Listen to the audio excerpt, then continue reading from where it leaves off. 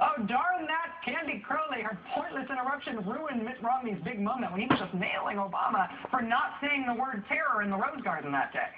No act of terror will ever shake the resolve of this great nation. In right-wing world, President Obama never said that. Part of the reason I think this country would be better off if the website Politifact didn't exist is because Politifact has encouraged relativism on the subject of whether or not stuff happened as a mainstream thing.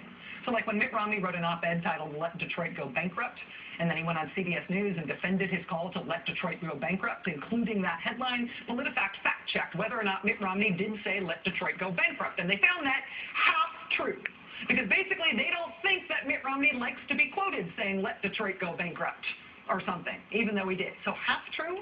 Politifact last night looked into whether or not President Obama used the phrase act of terror the day after the Benghazi attack when he gave that speech in the Rose Garden.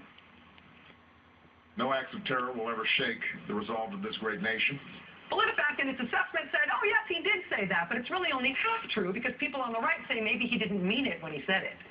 This infection is leaving the conservative media through purportedly neutral arbiters of fact like Politifact. These baldly false conservative feel-good assertions about knowable facts that come from the right end up becoming just the other side of a political issue. We're taking an objective look, and that is bull. Barack Obama was born in Hawaii. The unemployment rate is below 8%. The day after the Benghazi attack, the president called it an act of terror. Do whatever you need to do to make yourself feel better, but do not confuse your WorldNet Daily caliber therapeutic conservative alternative reality fantasy babble for what actually happened. Because stuff really does actually happen. And eventually you really do have to deal with it. Now it's time for the last word with Lawrence.